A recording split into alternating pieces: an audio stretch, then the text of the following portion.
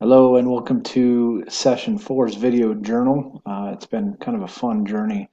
There's been some crazy things that have been happening as far as health wise with my family, and so this video journal has actually kind of challenged me just to stop and reflect on the Lord, which is great, especially in the midst of school and hopefully getting ready to graduate soon, and just everything family wise. It just seems like the devil's kind of doing everything it can to try to distract me. So this was awesome to be able to do this one specifically, just because there's not a lot of conflict going on, but it's stressful. So it's kind of nice to be able to reflect on that. So, three main questions for this video journal: summarize biblical guidelines for decision making, explain why conflict happens, and then formulate biblically based guidelines for dealing with conflict. So, we're going to focus, actually, one, two, three. Last time we went backwards and we did question two first. This one we're going to do in order. So, summarize biblical guidelines. I really like the way that the reading breaks it down um, in their what they call a biblical model for decision making. It's identify the problem, question, or life situation for the guidance, and then is it dealt with scripture by a specific command or general principle or example? The answer yes, and it's very easy. Handle it the way that Scripture says. If the answer is no, which very rarely it is in many of our situations, but they give um, many different options. Is it a questionable practice? Proceed with the next steps. Pray. Does it give the appearance of evil? How will it affect others? Different things of that aspect, of those aspects, when the answer is no, that there is no specific biblical reference to it. So, very clear and concise as far as that is concerned for that question. So, that was really encouraging just to hear. Look, it's this simple. It's either this is going to happen or this is not going to happen. And so that was very awesome to just read that and just know that um, that's the way that it's supposed to be. That's the way that Christ wanted it to be, and that's the way it is. So that was very encouraging for that. Explain why conflict happens again in the reading. I think that although it talks about the church, I think that this can be summarized in pretty much every single person's life. Um, but it comes from Acts 6:1, um, and then the whole thing is summarized um, with conflicts arise because of spiritual immaturity and carnal Christians motivated by Satan, the flesh, and pride. Um, we talk about, don't give into the flesh. We talk about, always be on guard. You never really realize how much we are under attack until conflict hits. And it tests, I would say it doesn't necessarily test you a lot of the times as a person because you can make it through it. It's not gonna be something that's gonna cause you to end your life or anything like that, or you're gonna die from it. But it tests your faith, how much you truly rely on God, and just any conflict. Being married for 8 years, having 3 kids, 6 and under. Um, I'd be lying if I didn't say my wife and I had some conflict. But um, knowing that that conflict doesn't come from the Lord necessarily.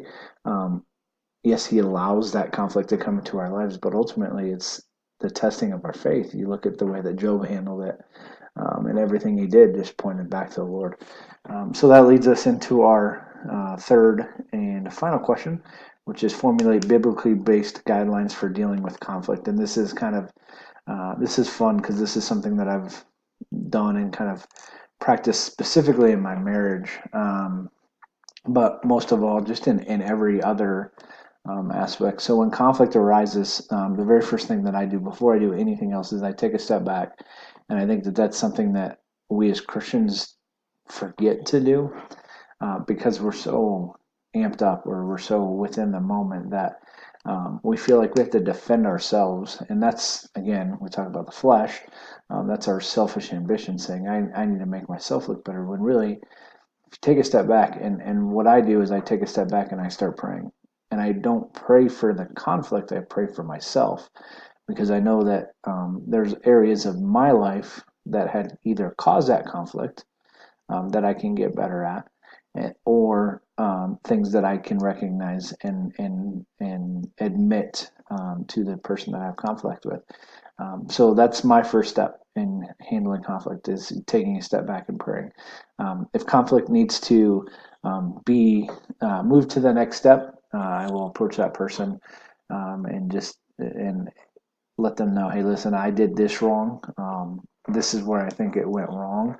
This is how I'm going to improve, and I want to ask for your forgiveness. Now, I'm not placing blame on anybody. I'm not saying anything. I'm taking the blame for the stuff that I did wrong because I'm willing to admit it. There's been many, many times that I've done that, and the other person's like, well, that's great. You're awesome. I don't really care if this conflict is still happening. And there's other times where you get with people who are very mature spiritually and are close enough to you to realize, hey, listen, this is pretty good. You're right. There's probably something wrong in me too, so I want to apologize for that. And it builds your relationship stronger. My grandpa always used to tell me growing up that the hardest thing you will ever have to do is have a relationship, whether it's a marriage, whether it's a friendship, it's hard. It takes work, and it's becoming even more work with today's technology and just the lack of personal aspects of today's culture. Um, so then step number three is if that conflict can't be resolved, then maybe I bring in another person. Um, or I'll approach that person after a little while longer and say, "Hey, listen, I want to work this out. You're an important person in my life." At that point, if it still doesn't work, I've exhausted all of my resources, and it's the Lord's to handle. And I know that's kind of a harsh thing to say, but um, they need to obviously have a sit down with the Lord, because I'm not saying that I'm better than them, but there is something wrong there, and I've hope that I can help them through that, and I hope they allow me to do that. And many times it has happened where we've done that, and they've come back to me months later and said, you know what, I'm starting to see what you saw, or I'm starting to.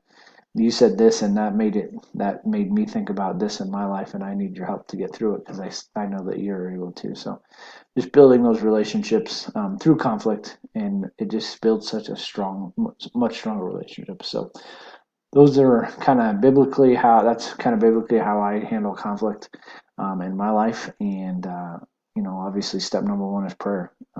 You can never stop praying. You should never stop praying, and that's something that I have to remind myself daily. But it is something that has transformed my faith. So, thanks so much for listening. We'll probably see you next week.